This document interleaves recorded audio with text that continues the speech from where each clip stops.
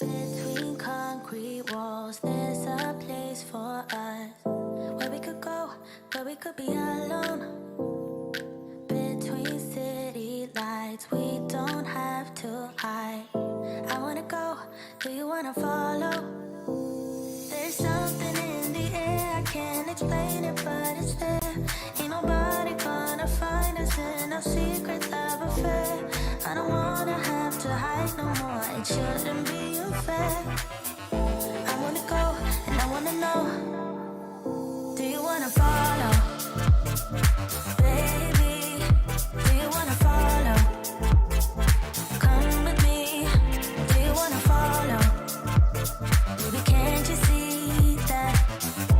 I wanna go and I wanna know, do you wanna follow? Baby, do you wanna follow?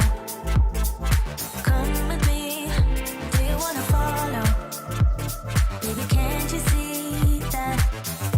I wanna go and I wanna know, do you wanna follow? I can't understand why we can't hold hands, but they don't know what we have is real love.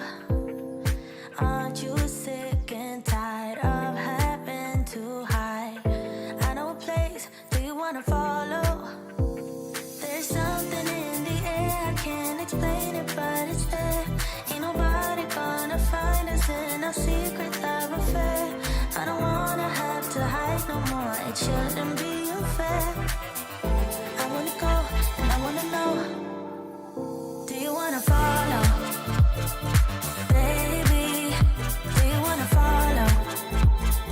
Come with me, do you wanna follow? Baby, can't you see that? I wanna go and I wanna know, do you wanna follow?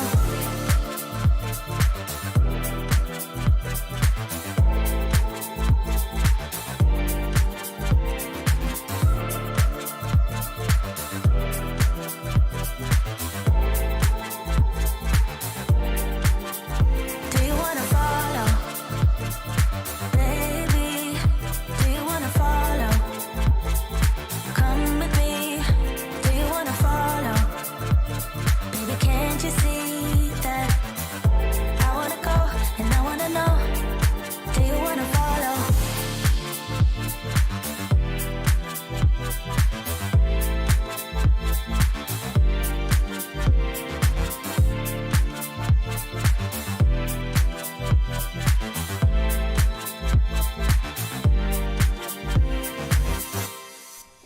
What's up, everybody? Welcome to the live stream. I'm very happy to be here with you tonight.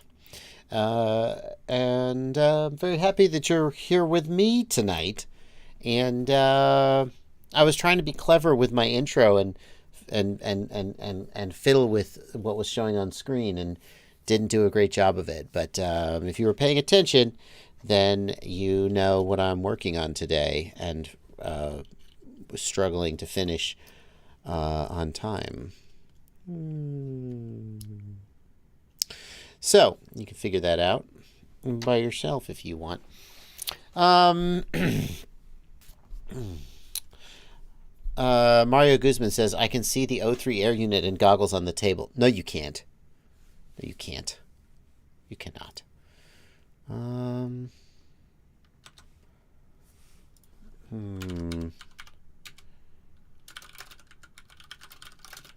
Hang on. What quad is that in the back? The dead cat frame. Oh, that? Now that is interesting.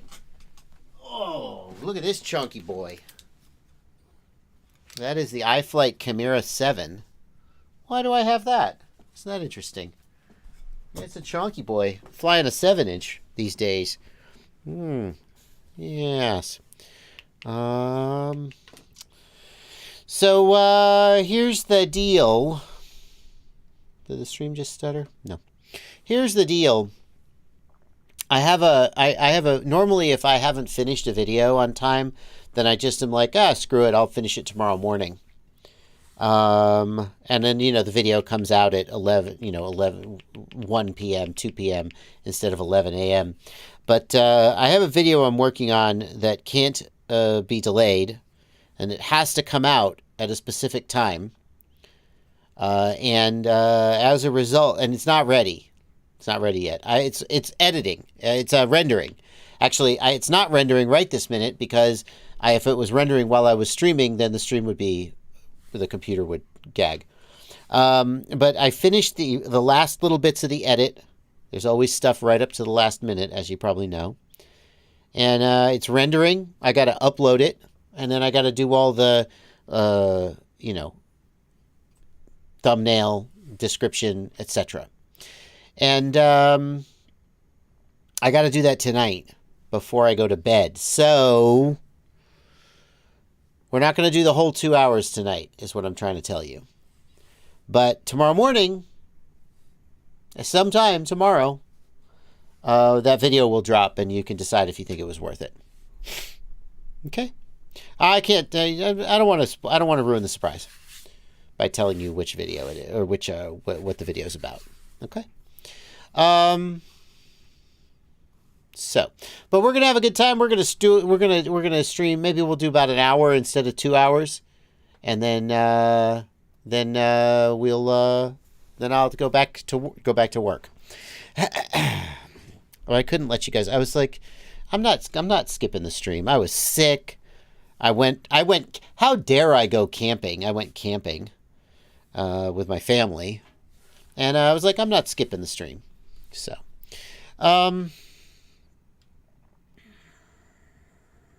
so let's just dive right into it. Let's stop dicking around. Let's dive right into it with questions from you guys in the chat, questions in the Discord, and of course, if there are any super chats. My cold sounds like it's gone, says Cool Cat. It is mostly gone, Cool Cat. And I'll tell you what. Here's a little rant for you. Strep throat tests. I don't know what the deal is with them. Because you go to the doctor and you have a cold and they'll give you a strep test and you test positive. And then they give you a prescription for antibiotics and maybe you take them and maybe you don't. You're like, I don't know, my throat feels fine. And then you don't get strep throat. And then sometimes you go to the doctor and you got a raging sore throat and a cough. And they're like, nah, it's not strep. You don't have strep. I don't think strep tests are worth a lot. They say that you could be a carrier of strep throat. It means you've got the bacteria, but you're not sick, but maybe you could still spread it. So what does that even... Because I had the cold, and I went in, and I got checked out. My wife had strep. She actually had a throat infection. So I was like, as long as I'm here with a cold, can you give me a strep test? And they said, sure.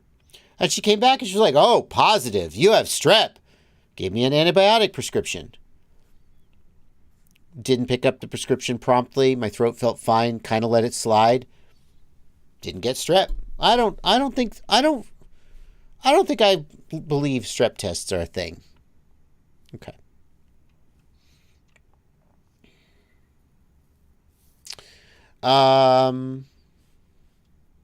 Okay, now that's enough of that ranting. Let's answer questions.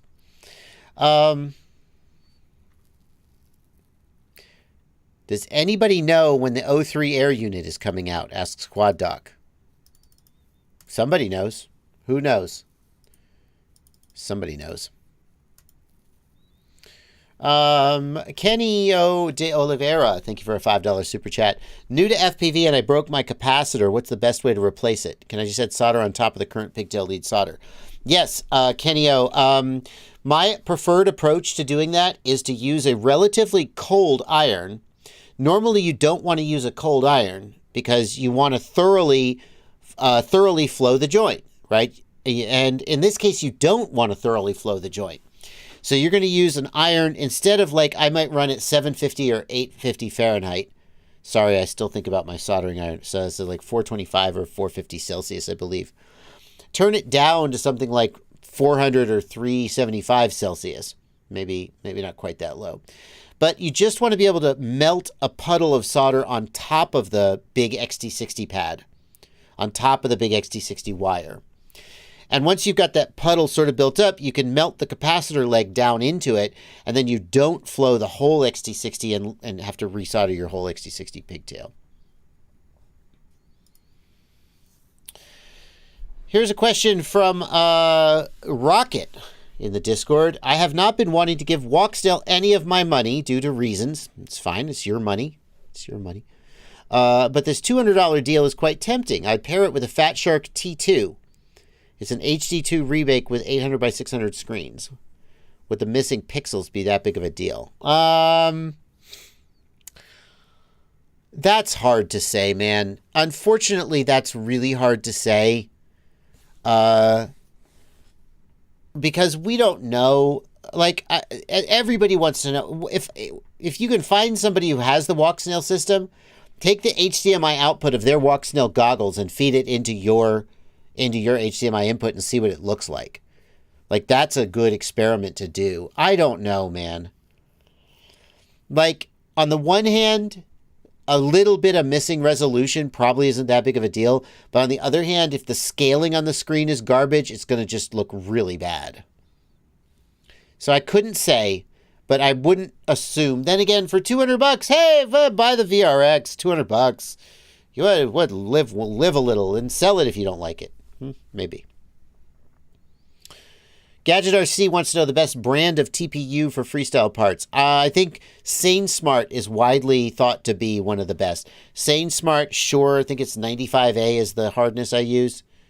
It is one of the, I mean, like, not that Amazon Basics TPU isn't perfectly usable, but like if you really want to know the best, people pretty consistently say SaneSmart is one of the best. David Wiklowski says, I got a problem with the TBS 69. I need to bind it every time I plug in the battery. Do you know the solution? Ouch. Okay, so that shouldn't happen, first of all. That shouldn't be happening. I would update the firmware. If you're not on the latest firmware, update the firmware. Who knows? That's always a good idea. And then, if that doesn't do it, contact TBS support, because that ain't supposed to work like that, and they should take care of you. 406 FPV wants to know, if you've already got the DJI V2 system, is it worth it to get the Walksnail goggles? No. 406 wow, that was quick. Somewhere out there. Wow. Hang on. What does the Walksnail system give you that the DJI system doesn't give you if you already have DJI V2 goggles? Walksnail has OLED screens. DJI doesn't have OLED screens. Walksnail can do Betaflight, MSP, OSD, canvas mode is sometimes called. They can do the full Betaflight OSD. DJI V2 can do that with the root hack, with the WTF-OS root hack, as long as you're on the firmware that lets you root the goggles, which you may or may not be. Walksnail can go out to 30, 40 kilometers. DJI stops at 13 kilometers. Walksnail has the 1S video transmitter. That's a good point, Sebi D. So there are some things that would make you buy Walksnail goggles, but you gotta want that. You gotta, like, are you happy with what you've got? Are you just looking to try something new? I think that the price of the Walksnail goggles and new video transmitters for all your quads, etc., if you were talking about switching, it'd be pretty substantial price. Even if we're just saying $600 for the goggles, and you're gonna buy like one video transmitter just to try something new, geez, $600, you could buy a lot with a lot of $600. So I think if you have the V2 system, like Walksnail does 1080p. Oh, DJI V2 doesn't do 1080p. But 1080p Walksnail, to my eye, doesn't look that much better than 720. So I'm actually not convinced that feature is worth using. So I think that the short answer is, if you have the V2 goggles, there aren't, for a lot of people, there isn't going to be $600 worth of value in buying the Walksnail goggles. That's what I think. What are the best goggles for $300? Asks MCN Pickle. A used set of goggles that you got for $300. If you like box goggles, the Sky Zone Cobra X is pretty solid. There aren't really any new goggles in the $300 price point other than box goggles. So you got to find something used.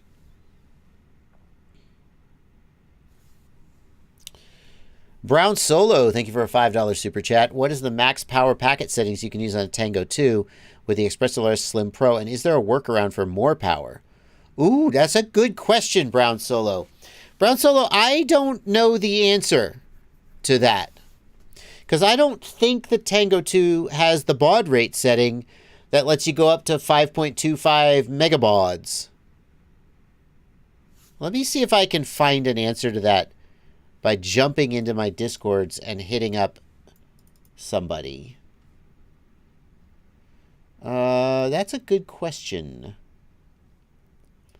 Should I DM somebody or should I go to the Express LRS Discord? It's so annoying when I ask a question on the Discord and then somebody goes, "Oh, guess you don't know everything." It's like, how do you think you get to know everything?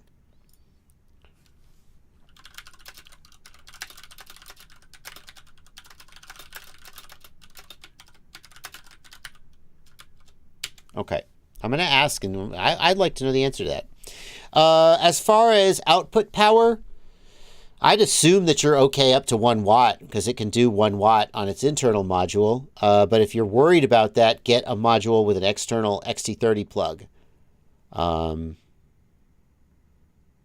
Yeah. Brown Solo, we'll see if anybody gets back to you, back to me about the packet rate on the Tango 2. Quad City Bay Area, thank you for a $5 super chat. I'm using Crossfire, but I like the new Radio Master Express LRS modules. What's your take on penetration? 900 versus 2.4 gigahertz. All else being equal, 900 will penetrate more. That's just physics. Under most circumstances, under most materials, 900 will penetrate more.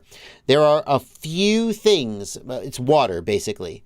Water is particularly absorptive at the 2.4 gigahertz frequency because of something about the resonant frequency of the molecule. Hang on. Sorry. My lips are super dry. But in general, you'll get more penetration out of 900. However, 2.4 gigahertz Express LRS still gives plenty of penetration for most uses, and there are other advantages of 2.4 gigahertz like the higher packet rate and so on. So 2.4 is still preferred by most people.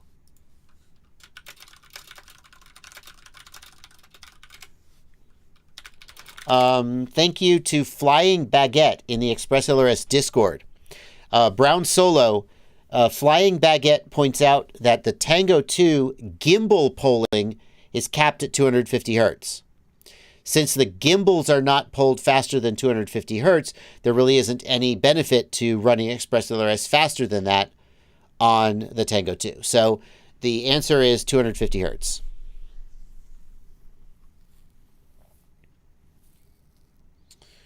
License to Drive. Thank you for £2. License to Drive says this stream isn't in the YouTube subscription list. I don't know why that might be, License to Drive. I made the stream, and now here we are watching it. I'm not sure what to say other than that. But thank you for the £2 donation. Can a 500 milliwatt Express LRS module be upgraded to 1 watt? Asks Steve Jobs from Beyond the Grave, apparently.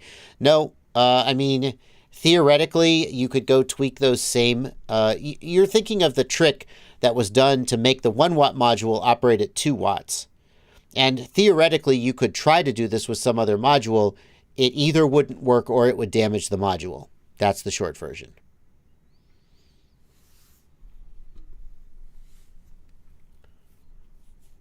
LC Golden, 50 watts of power at idle with props off. I think your current sensor isn't working right. Your current sensor isn't calibrated. And that number doesn't seem right to me. I do agree that doesn't seem right to me, though. Bannister Post, please don't bring up the Ghost Hotel walking, talking video.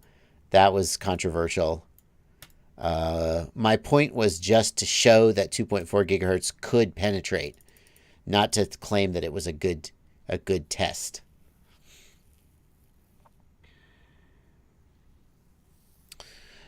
Super Deluxe and others are talking about FRIAs, FAA recognized identification areas, or what else it stands for.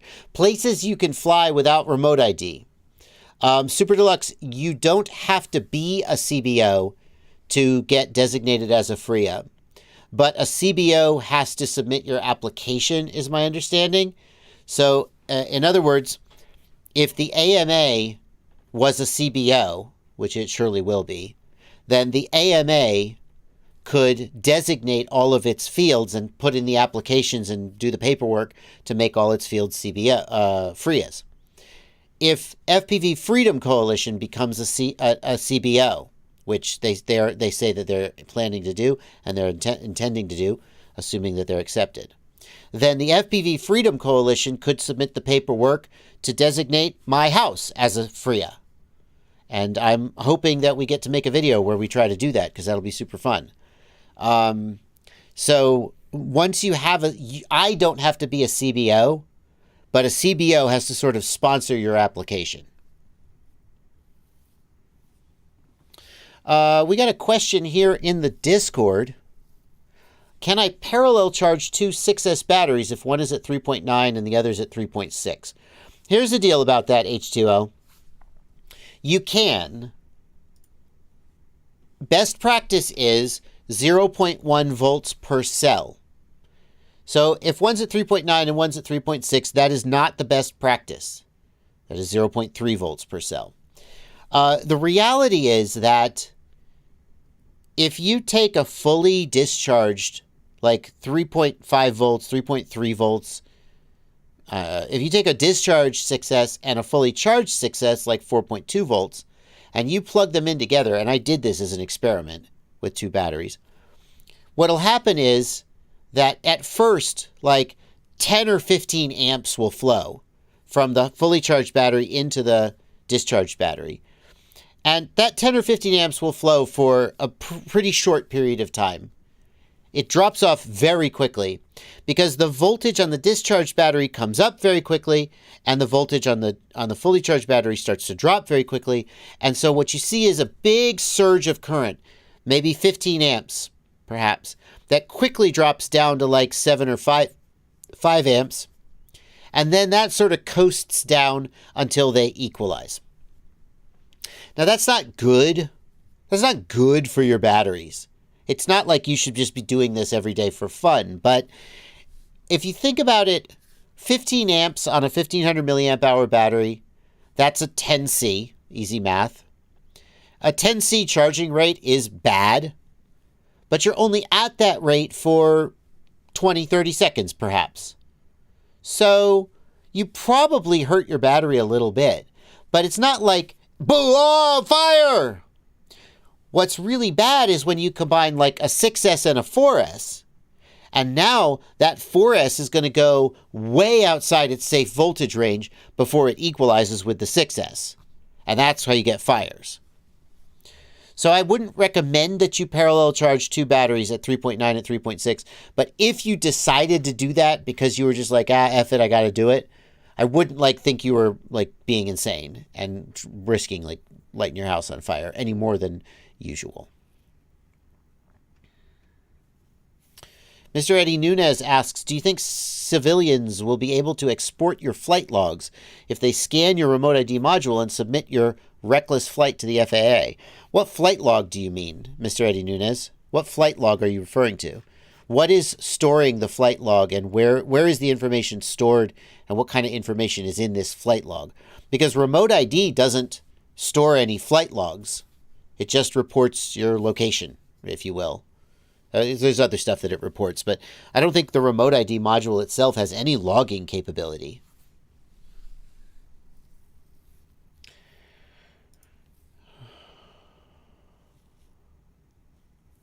License to Drive asks, License Drive, this is my favorite question. Has anybody thought of making a parallel balancing device? You plug in two or more batteries and it equalizes them all safely through resistors or MOSFETs. Yes, Yes, people have done that.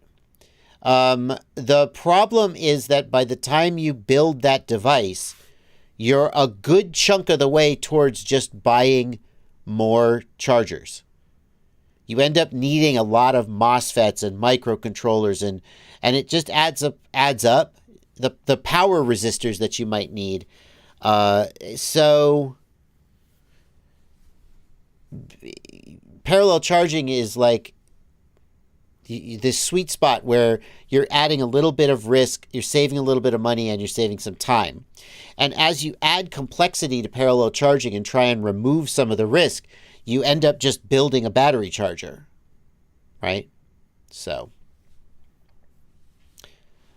OGK Kid, do they store flight log info? I mean, I'm curious if that's true.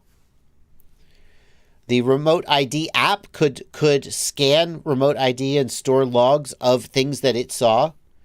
That's true. It could. That's a possibility.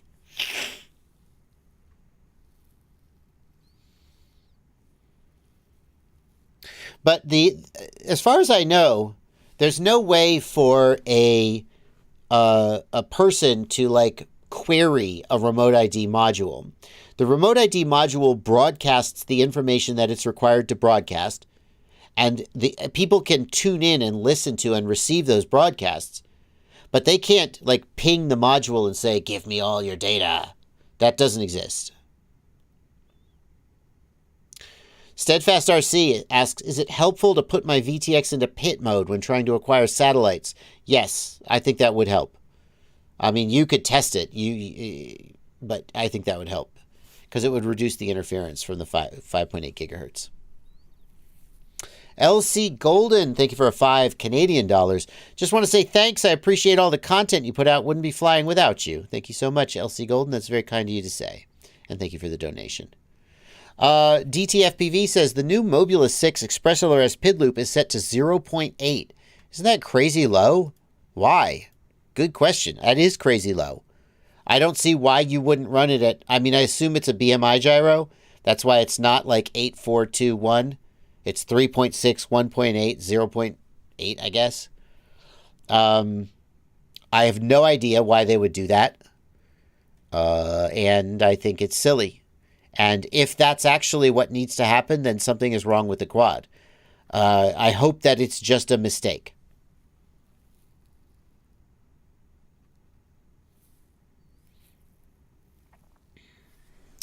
One IFPV asks, if you're a member of the AMA, can you just show up to any AMA field and fly, or do you need to be a member of a specific club? You need to be a member of the specific club. So you join the club, you pay dues to the club usually, and you abide by the club's rules, and you're a member of that club. In order to be a member of the club, you also have to be a member of the AMA. Each club usually has a membership fee that goes towards maintaining the flight field. And so, I mean, it's possible that you could like buy a guest pass, or it's possible that someone could sponsor you in, like someone who is a member. But generally, you can't just show up at an AMA field and fly. That's true for a lot of RC fields because they require maintenance.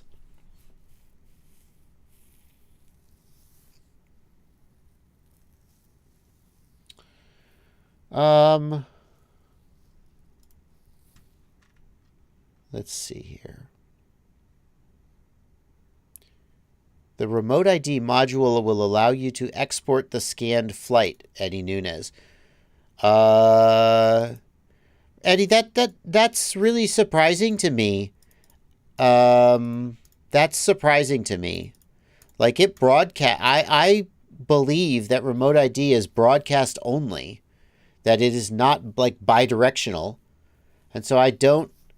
I mean, I could be wrong, in which case I'll be happy to be educated and learn something new. But I would be surprised to learn that a Remote ID module had the ability for an individual to query it and download data from it. I thought it's just blasting along. OJK Kid is saying that Ken Heron's video shows it. Well, maybe I'm going to learn something today.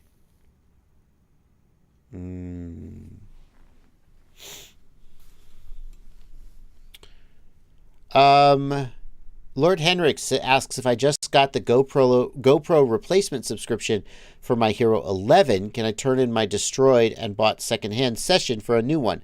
Lord Henricks, I'm pretty sure the subscription is only for that one camera. It's not just for every GoPro forever. It's like an insurance plan on that one camera. But if you didn't buy that session from GoPro with a subscription, I don't think you can trade it in. RC Addict is saying some clubs do just require AMA membership and let anyone fly. Gotcha. Interesting. I mean, I'm sure some do. I don't spend a lot of time at AMA clubs, so.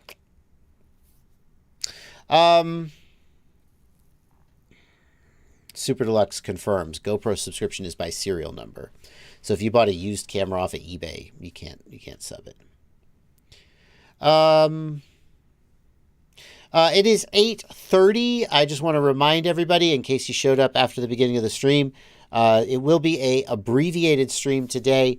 I am working on a video that has to come out at a specific time tomorrow morning, and so I have to finish. It's rendering. I just need to do the thumbnail, the description, and upload it, but it has to be ready to go before I go to bed tonight. So I am going to cut the stream off at 9 o'clock instead of 10 o'clock, and I apologize for that. Siati can get an extra hour of streaming if he prefers.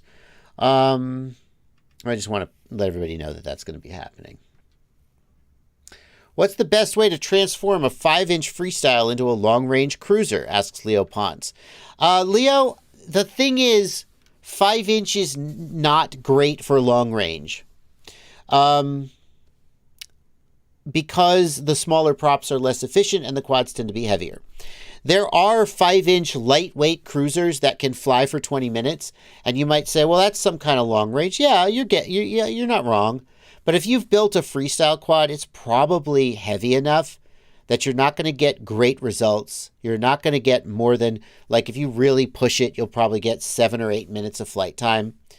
Whereas with a dedicated, like a 7-inch cruiser, you could get much longer flight times with bigger batteries. So I think you're only going to get so far in that direction.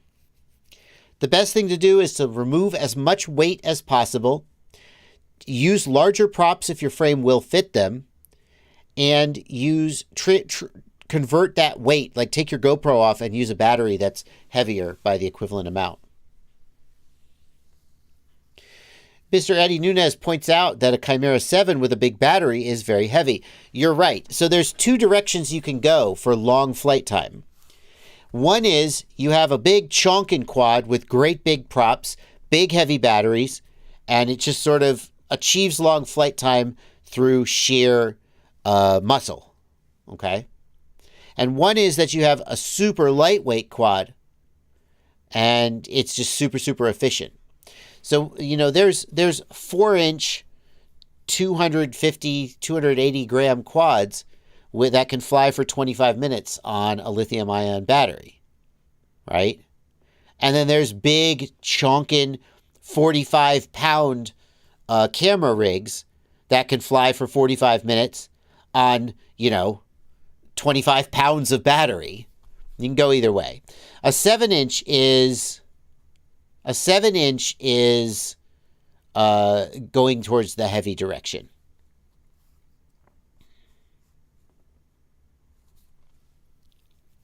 So, John Peters, thanks for a $5 super chat. I've been flying DJI drones ever since the Phantom 1. Because of your videos, I've gotten away from DJI and I'm able to fly freestyle. That's very exciting, John. Welcome to the world of FPV.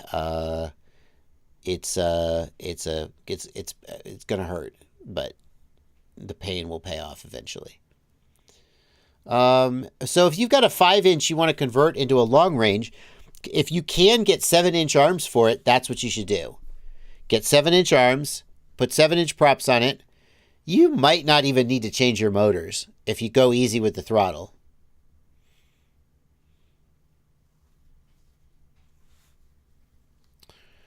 Is there a weight cutoff for remote ID, asks Fred Wild. 250 grams.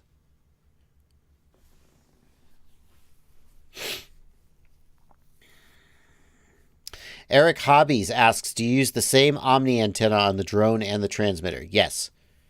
You can use the exact same antennas to transmit and receive. There's no difference. As long as the coverage pattern matches what you need, there's no difference between a transmit and a receive antenna.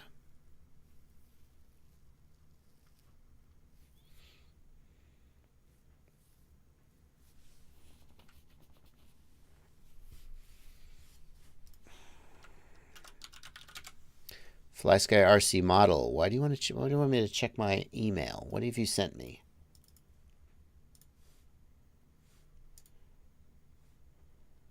Yeah, set it to 3.2, man. See what happens.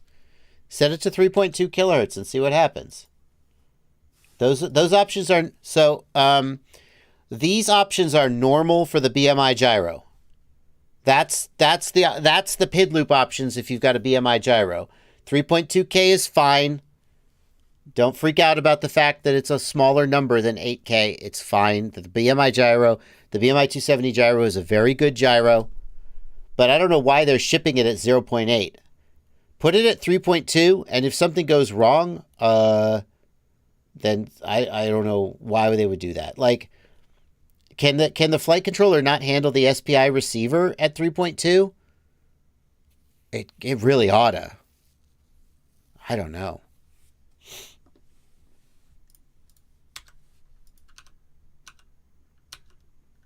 Now I'm looking at my email. Unread emails. I didn't answer my emails today because I was working on this video. How many unread? 57 unread. It's not that bad. That's not the worst ever. Eric Hobbies asks, what would you say has better performance, the GEP-RC Mark V or the Nazgul Evoke? The GEP-RC Mark V, between those two quads, I would take the Mark V. The Evoke is very, very good, don't get me wrong. And I love what iFlight is doing as a company to try to take FPV into a more consumer-oriented realm. iFlight has a Google Drive with all of their CLI dumps. iFlight has an actual testing process that it feels like other companies sometimes it doesn't feel like they have. They do product. They're really thinking about how to make FPV more accessible, and it's still a huge pain in the ass because it always will be. But the iFlight is doing great things as a company. The Evoke, what they've done with the Evoke though, it's this thin, narrow quadcopter with 20 millimeter electronics on the inside and these side plates, and the side plates have cool LEDs on them. But it also means that when you want to actually work on the damn thing, taking the side plates off is a pain in the ass. And it's like, it feels like that Evoke crossed a line from like a hardcore freestyle quad to a more consumer-oriented product. Not that the Evoke doesn't fly great. It flies great. But it was just like, And then the GEP-RC Mark V has 30 millimeter electronics, or at least it did when I reviewed it. I assume it still does. And it's a more traditional open frame. It still flies really good. I think it's a little easier to maintain. So I want to say the Evoke because I like what iFlight is doing as a company. But I think that if I had to just pick the quads, I'd take the Mark V. JR Bosch, what's the best Whoop AIO with Express LRS built in? It's got to be the Happy Model Diamond board, right?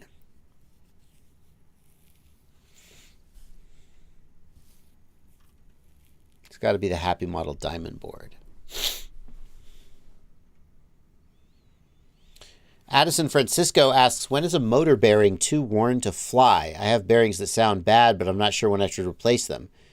If your gyro data is clean and your quad flies okay, then I wouldn't worry about it. If your quad's flying okay, I wouldn't worry about it.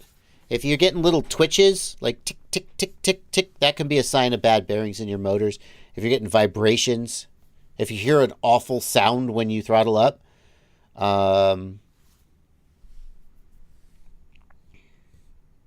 Brandon Beans, good point. If the motor bearings have noticeable play when you wiggle the bell or move the bell up and down, they're pretty worn and might need to be replaced.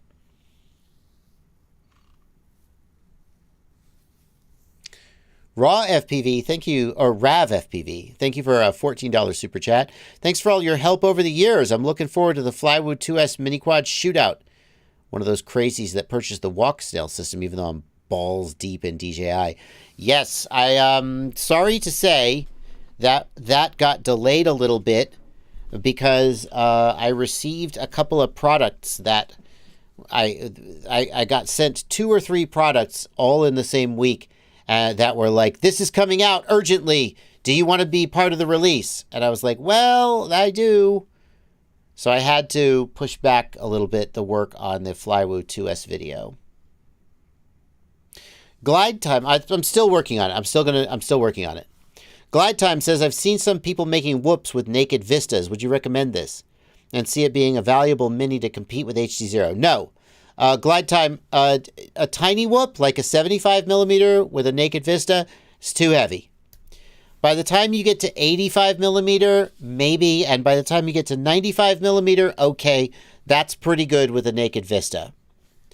But if you're serious about whoops, then HD0 is the winner, no question. It's the only one with a truly lightweight video transmitter and camera. Walksnail has a 1S board.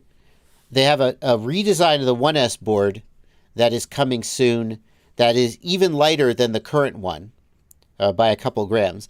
And it gets close to the weight of the HD0 Whoop bundle, but still not quite there.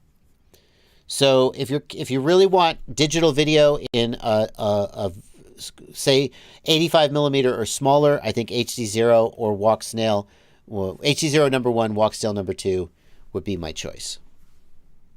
I just really wouldn't bother with a naked vista because I think it's too heavy.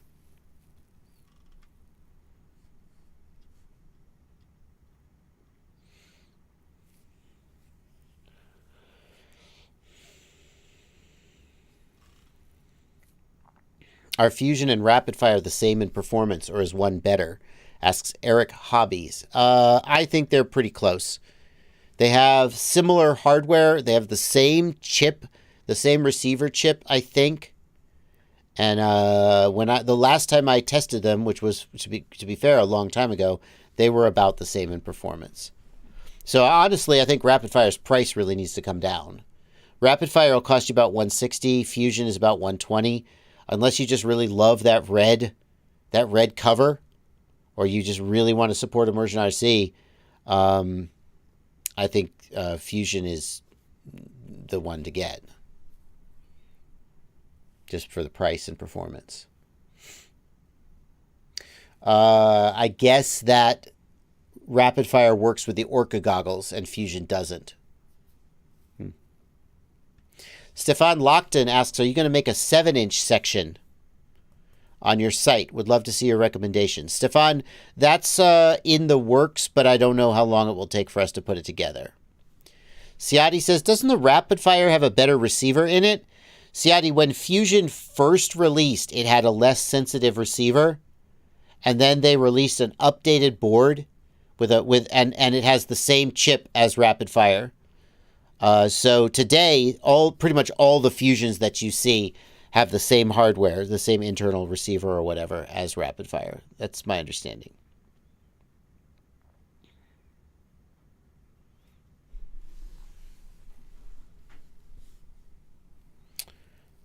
Does the Walksnail VRX have internal UFL connectors? I want to mount my own patches.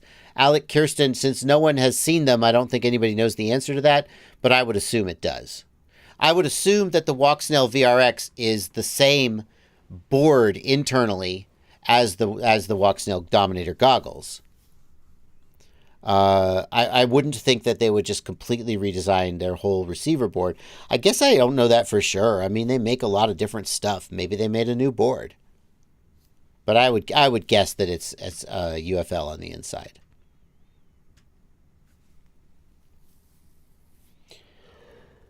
Oh my goodness. Excuse me. It is 8:45. We're going to go for about 15 more minutes.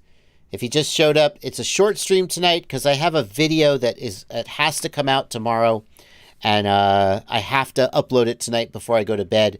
And I have to do bedtime with my son, my oldest son, on Monday nights after the live stream. After the live stream, I go up. We have a snack.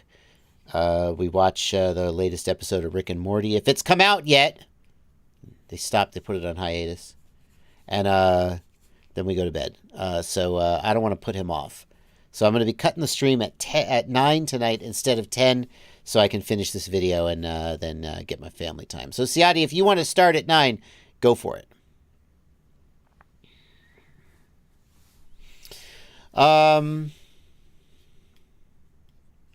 What things do you make sure to bring with you on every drone trip, like tools and other equipment? I mean, Cryptic... hang on.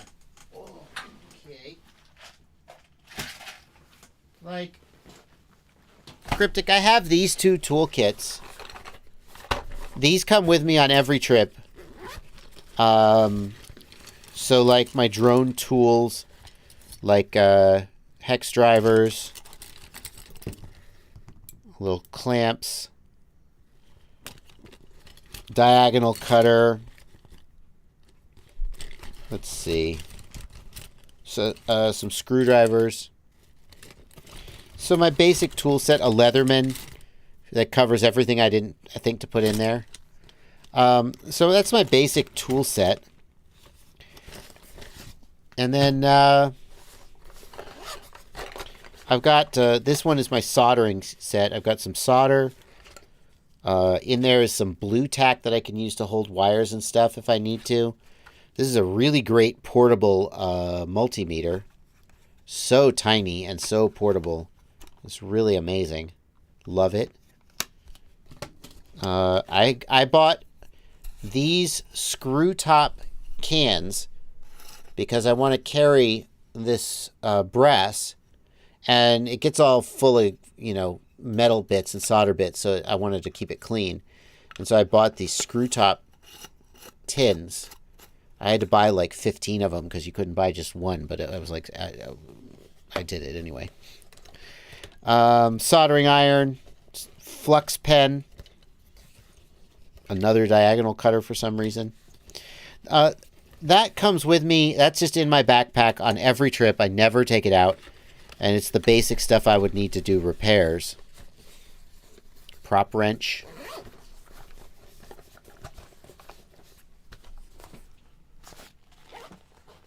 And props. Batteries, hopefully.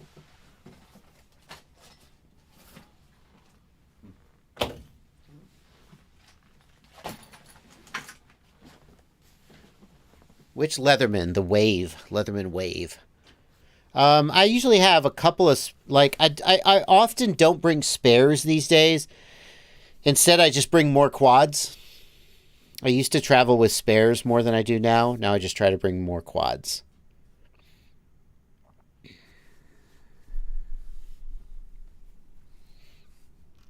Oh, Super Deluxe also likes the Leatherman Wave. Oh, I'm in good company. The Wave is a good one. That's my favorite. I've had the Leatherman Wave for like 15 years. Viper FPV, thank you for a $5 super chat. Just purchased the OmniFixo Helping Hands, and they are awesome. Glad you like them.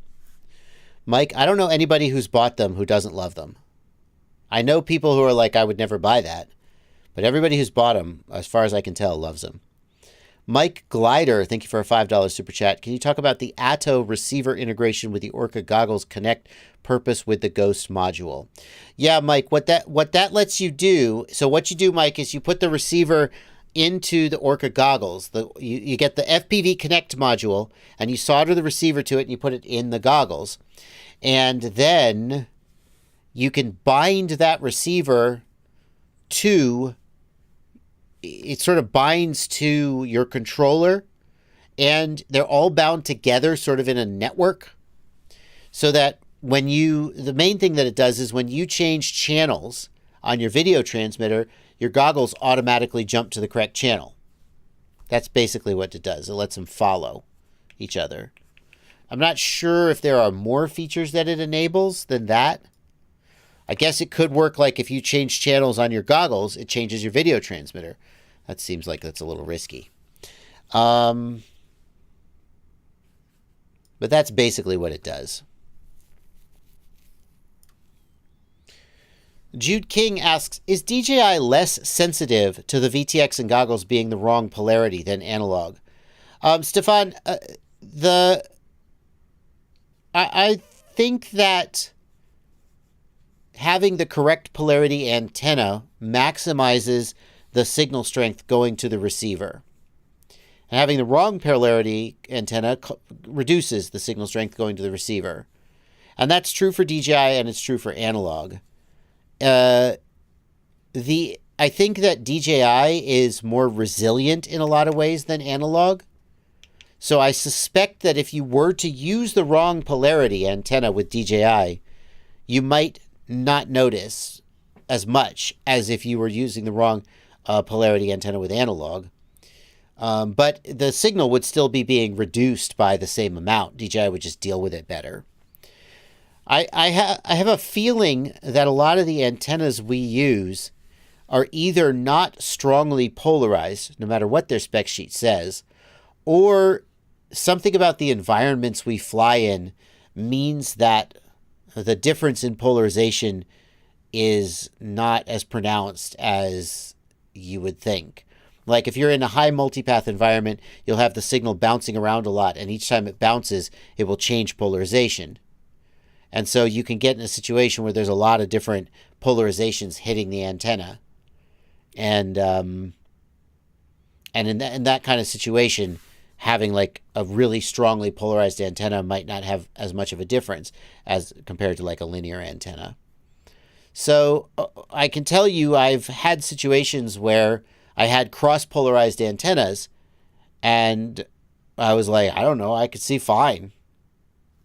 Didn't seem like they were doing anything. And I wondered, are these antennas truly left-hand polarized? Yeah, one IFPV says, I have left-hand antennas on my analog receiver, and I can spectate people with linear or right-hand antennas. And the thing is, if the polarization effect is maximized, it's supposed to be a lot of reduction in signal strength, like 15 dB or something really extreme. So maybe the incoming signal is just strong enough that when you reduce it by 10 or 15 dB with your cross-polarized antenna, it's still strong enough that you can spectate them. But like, you should lose link before they do if you have the wrong polarization.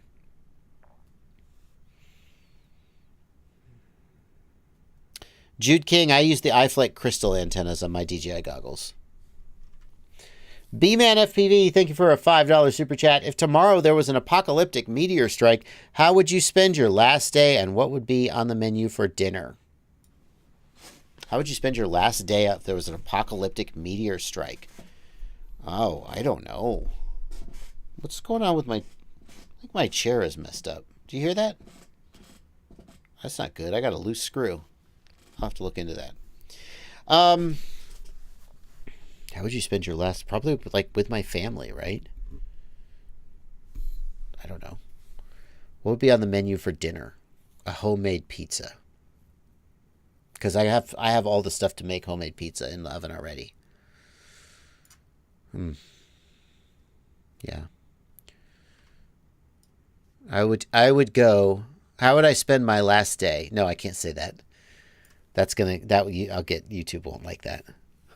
I was going to say, I would go and I would find a certain person that I disliked profusely. And then I can't say the rest of that story, which was a joke. Because that would be taken in badly by YouTube. It was just a joke anyway. I mean, if it's your last day on Earth, you may as well take out the person you hate most. Or you could spend it with your family. I don't know. You decide.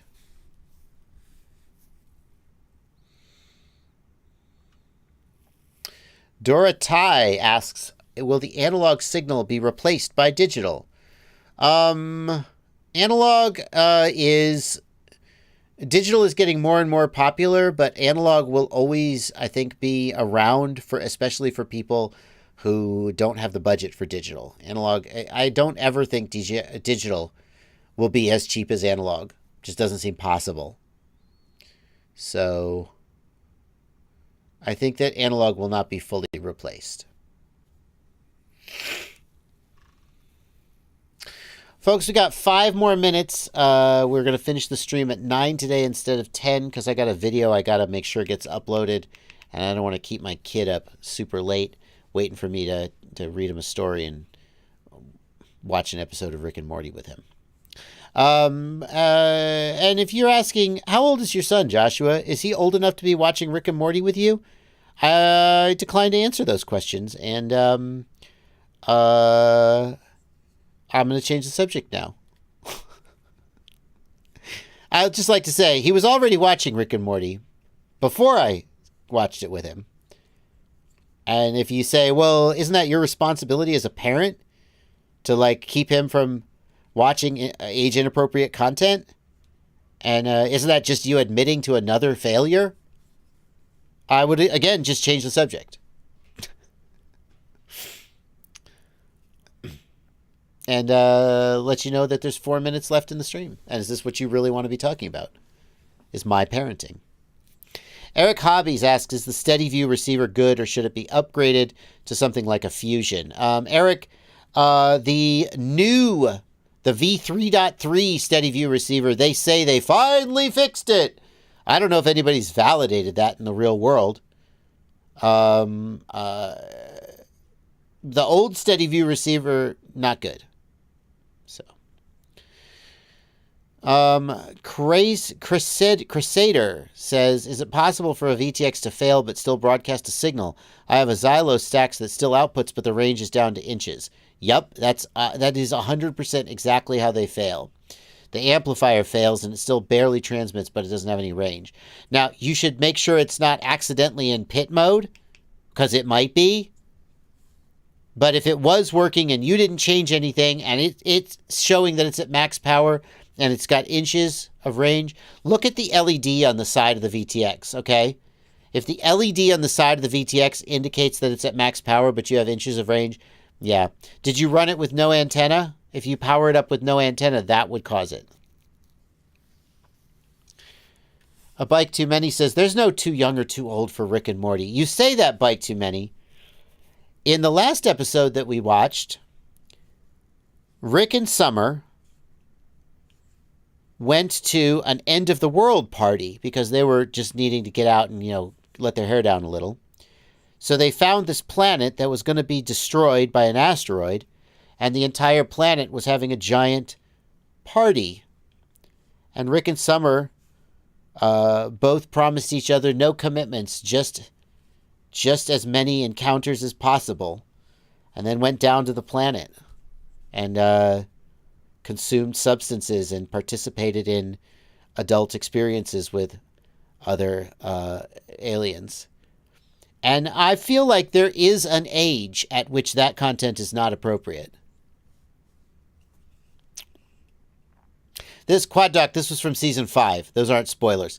Those aren't spoilers! It was from season 5! If you haven't watched season 5 yet, that's on you.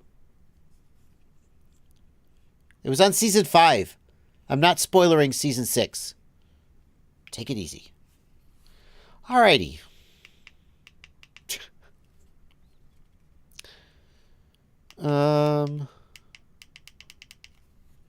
Okay. We are going to wrap up the stream now. Thank you guys for coming out. I apologize for the short stream. I hope that when you watch tomorrow's video, you're like, yes, it was all worth it. And but that is going to do it for today. If you are an adult and you haven't watched Rick and Morty, give it a try. You'll know very quickly whether it's for you. And then if it is for you, did you like South Park? Yeah, Rick and Morty's. So, head on over to Ciati's stream. And I will see you guys next time. Good night, everybody.